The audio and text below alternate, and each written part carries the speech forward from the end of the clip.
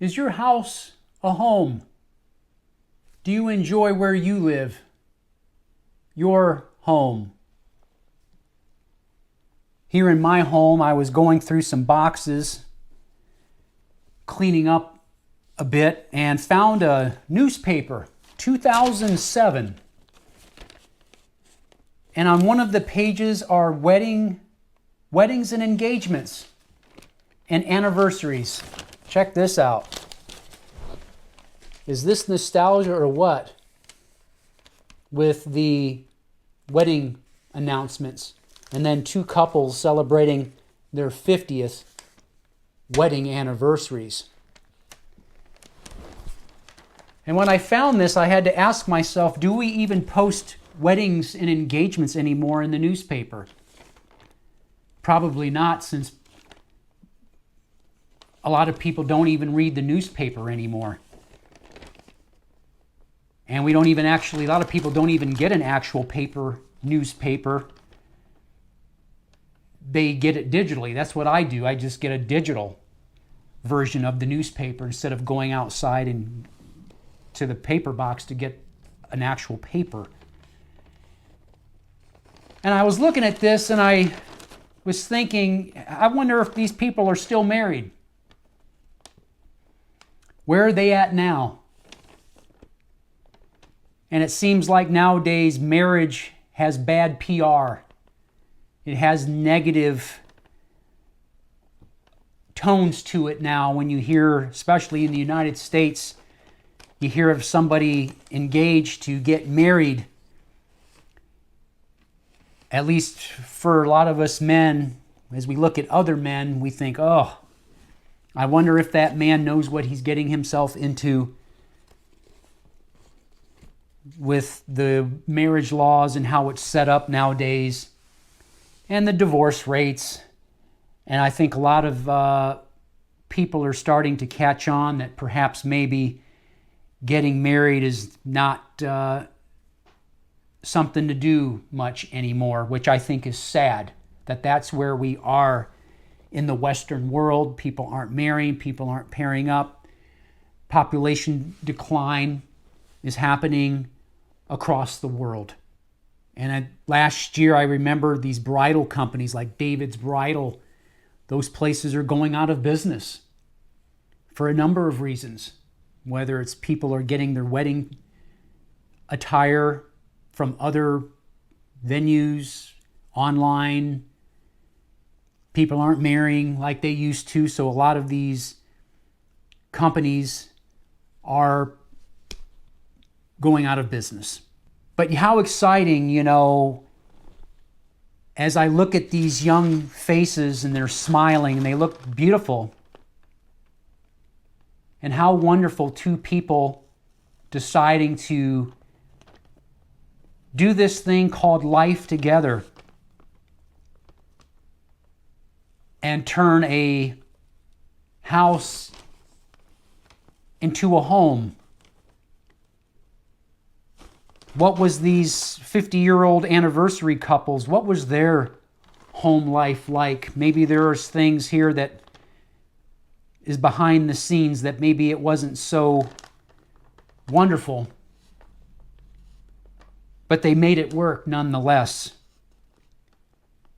And perhaps we're going to start seeing less and less of these marriages that last the test of time.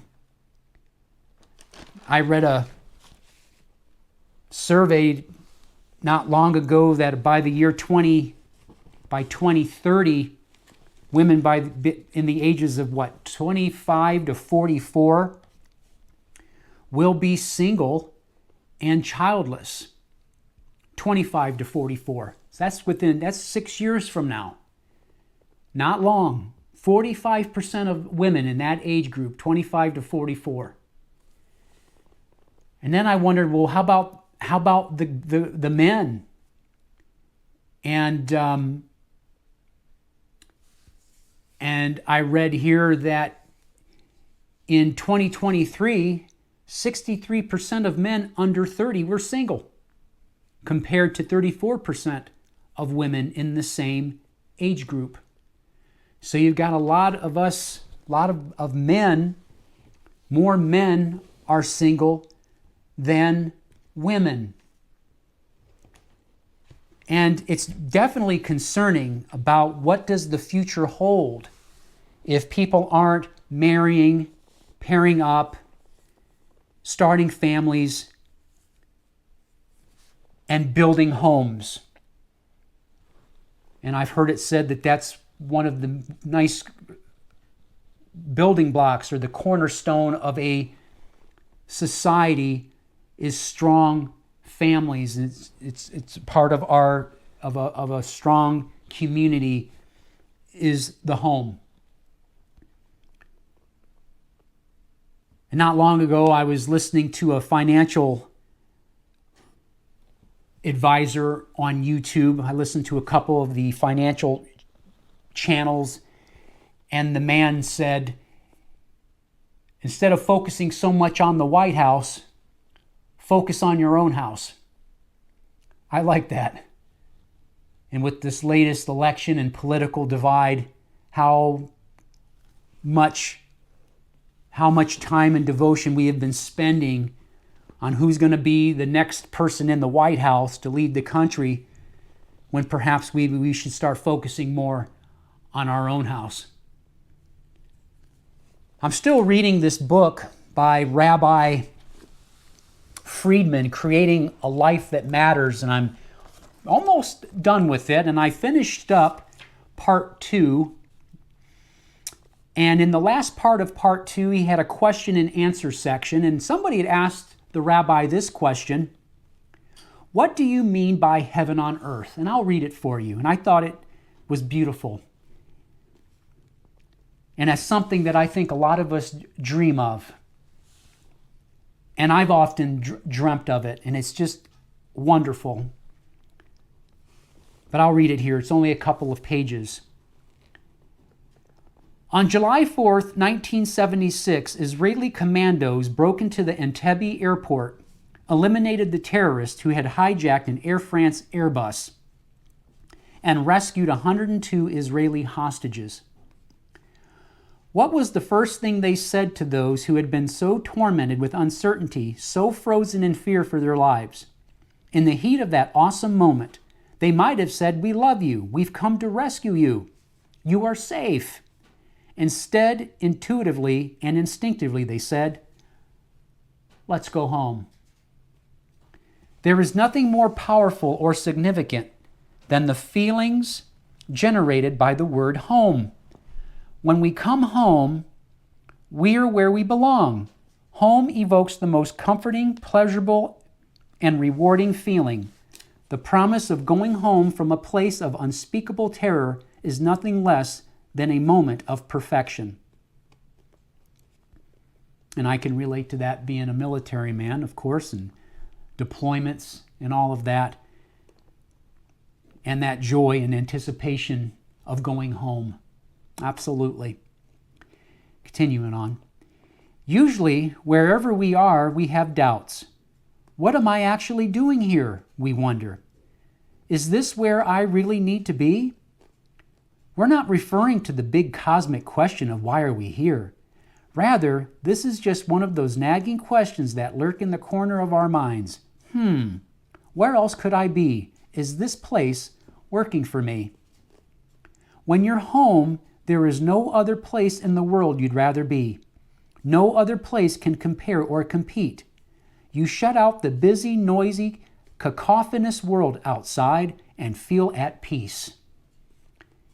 Is it like that for you? When was the last time you walked into your home and it felt like you were in heaven? That's what home should feel like. Heaven on earth.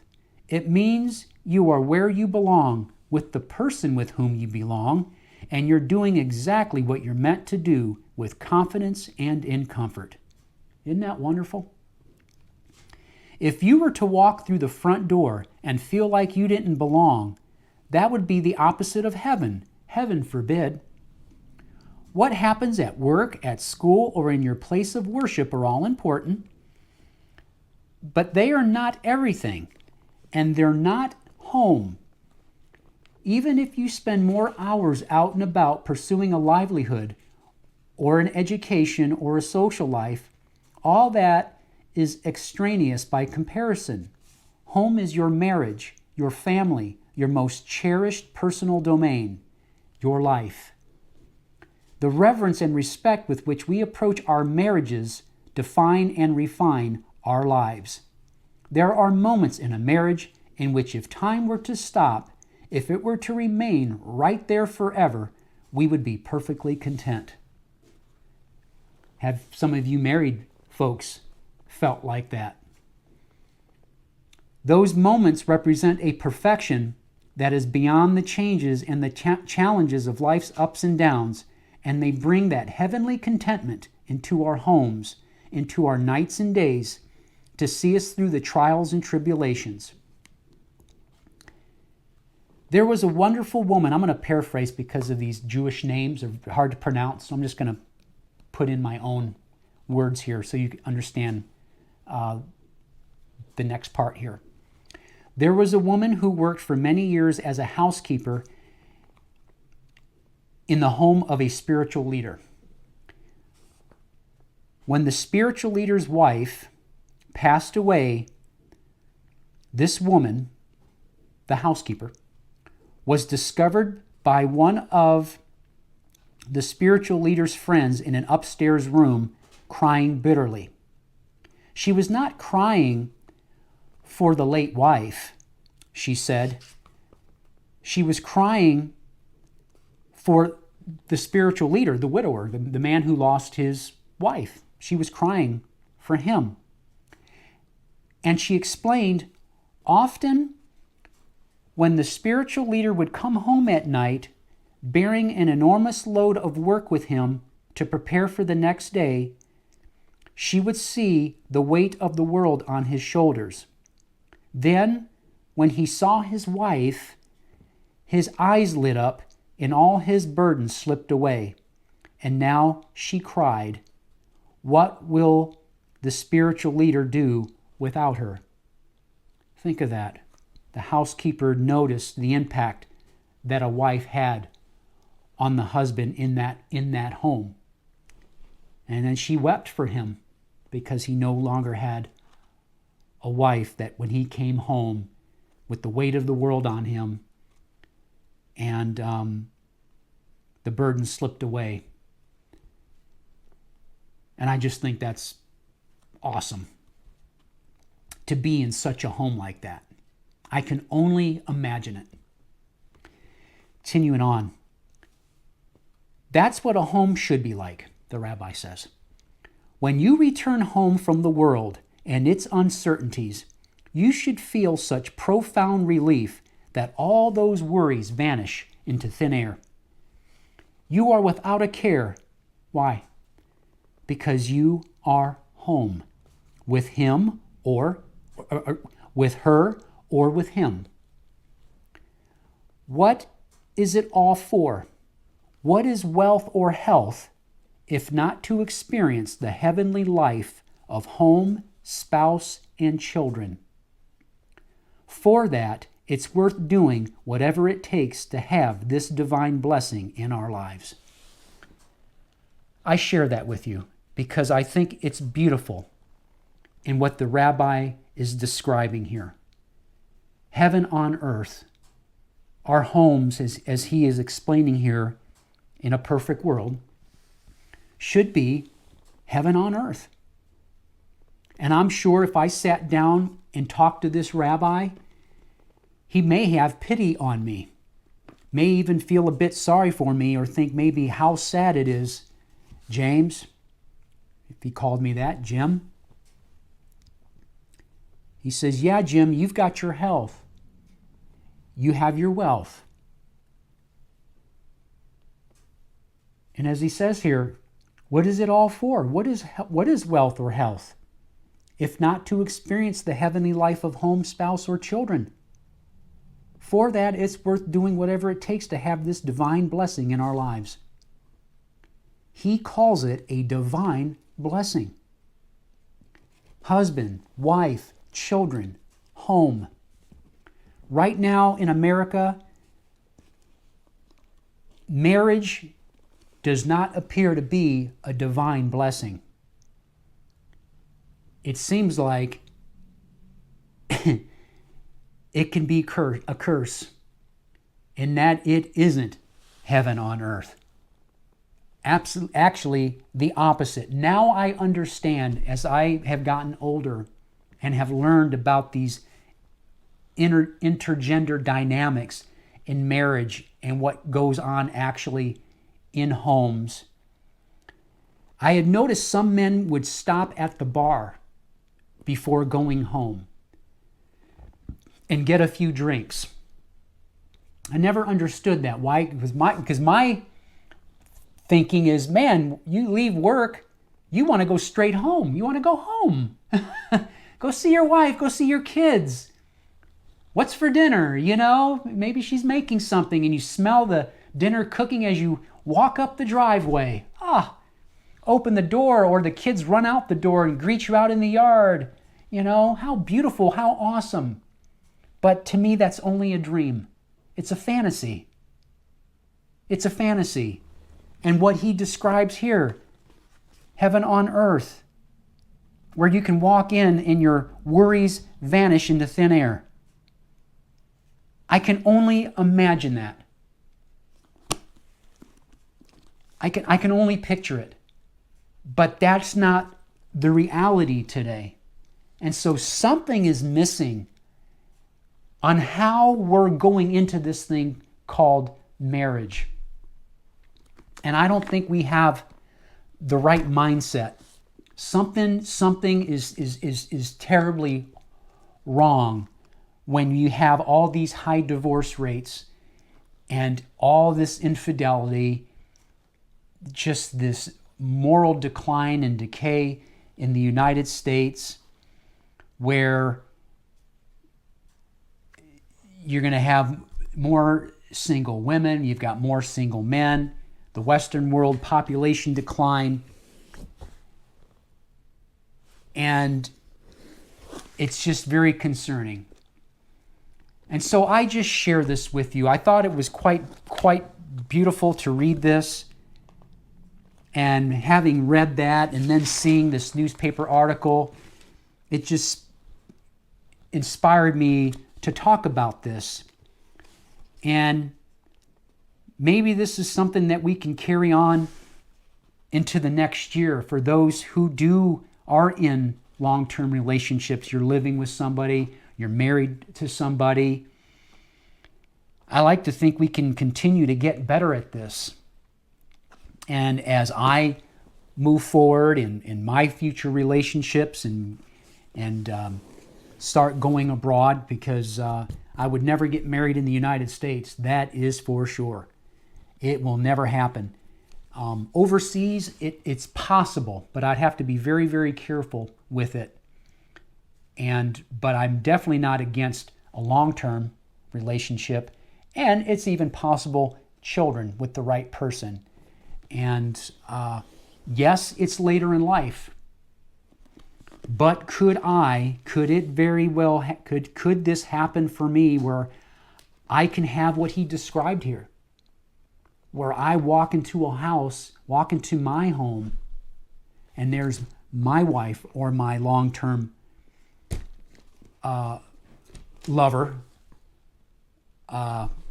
We're basically married, but not legal. We don't have this. We're not including the state. That's what it scares the daylights out of me to get married, especially here in the States. Oh my gosh, it just, oof. I'm like, in some ways, I'd have to say, man, you're crazy to get married in the States today. But a lot of people are doing it, and good luck to you, sir. Good luck to you, ma'am. But never, I would never do it in the States. And then when you've got more people telling you, Jim, stay single. And then you've got a rabbi who calls it a divine blessing. You know, what's it all for, he asks? Wealth and health, if not to have a home and a spouse and children. He would even say, Jim, you've lived a wasted life. I pity you. You have missed out on the blessing, Jim. And I even had a pastor call me wicked. You know, he says, if you're not gifted to be single, he said, then you need to then take a wife and get married and have a family of your own. He says, if you're going to remain single, he says, then you need to have a ministry like the Apostle Paul. And he says, if you're just living for yourself, he says, that's wicked. Yeah. And it's like, danged if you do and danged if you don't. Do you go into that side and just like take that chance and risk the heartache and pain, difficulty, hardship, dealing with all that stress and all the issues when it comes to marriage, where you've got the majority of men, pretty much, I'm trying to think of any man who's told me to get married, but the majority of men will say, don't do it, don't get married. And I think that is the saddest thing in the world. I mean, how sad is that? When you've got people telling you, especially men speaking to other men, don't do it, brother. Something's off. Something is amiss when that's where we are. Or where men are going overseas to places where they're going to places that don't speak English. They're going to places that feminism hasn't crept in. They're traveling 6,000 miles plus on the other side of the doggone planet, finding wives and getting married over there and having their families and building their homes in a whole different country. Some would say, oh, they're losers in their home country. You mean to tell me in this big old United States you can't find at least one person? Good luck. Good luck.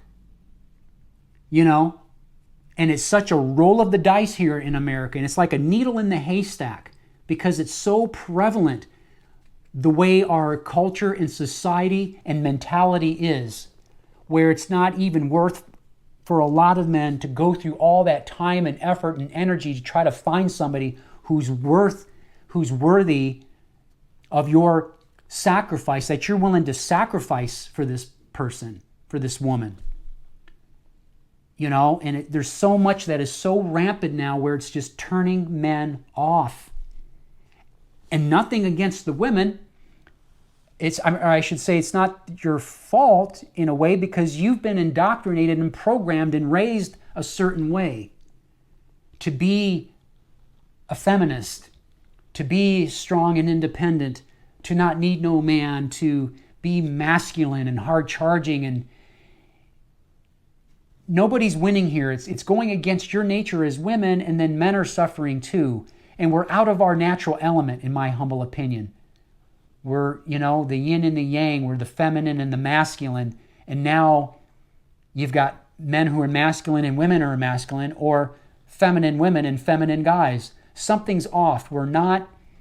It's not working. And then you've got people who do pair up.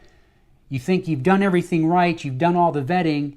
Fast forward 2-3 years down the road, and then now you've got the divorces happening left and right. 70% supposedly of divorces filed by women, 90% if the woman has a college education. And it's really a sad time. And I think we may be witnessing the fall of Rome. We're seeing it. And how much longer can we go in our Western society and world if we're not pairing up, we're not getting married, and we're not having kids, and we're continuing to see this decline in population? It's not looking good.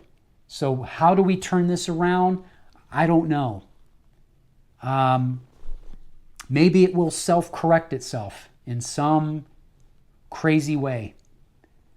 And we can get back to the beauty of a marriage, and men and women coming together and doing life and family. And it's like I look at these pictures like, wow, man, look at that. Look at that. I can only dream of that. But yet I know better. Jim. Nope. Back up. Step away. And a lot of men would say, Jim, smart man. The best way to win at this game, Jim, is don't play it. Date, have your fun, that kind of thing. But how sad that we can't have more home life. And we've got a lot of houses out there and less homes. And less heaven on earth. Anyway, that's all I wanted to share. Hope you got something out of it, something to think about. I know here, I used to think that this is just a house, but I guess my house, even though I'm the only one in it, it's still a home because I've made it comfortable for me. It has memories here. And I can come out from this crazy world, walk in the door, close it, and I'm living in peace and comfort. And so right now, this is my home. It's my home. Yeah, I'm the only one in it, but it's still a home.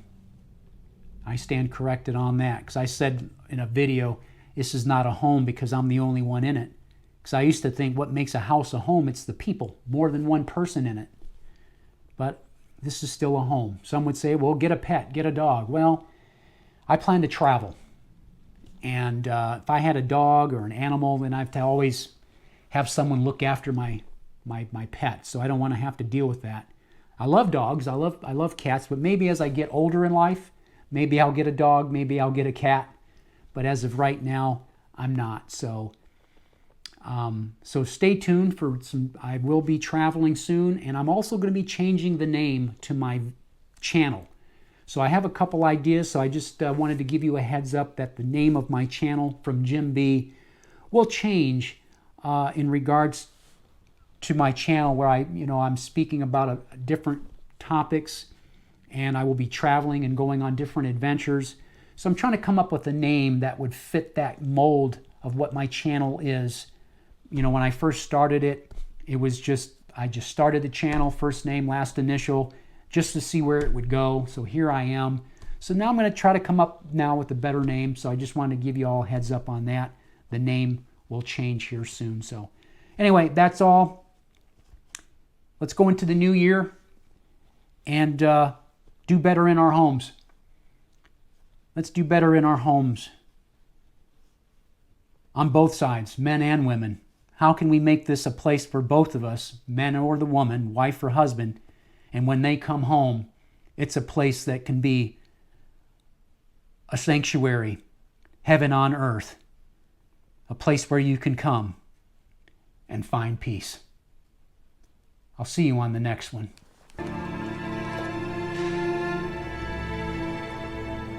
Tell me how he died.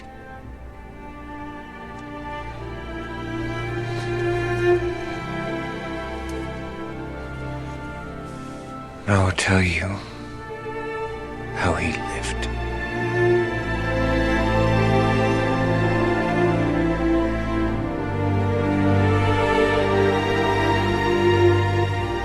And so the days of the samurai had ended. Nations, like men, it is sometimes said, have their own destiny. As for the American captain, no one knows what became of him. Some say that he died of his wounds. Others, that he returned to his own country. But I like to think he may have at last found some small measure of peace that we all seek and few of us ever find.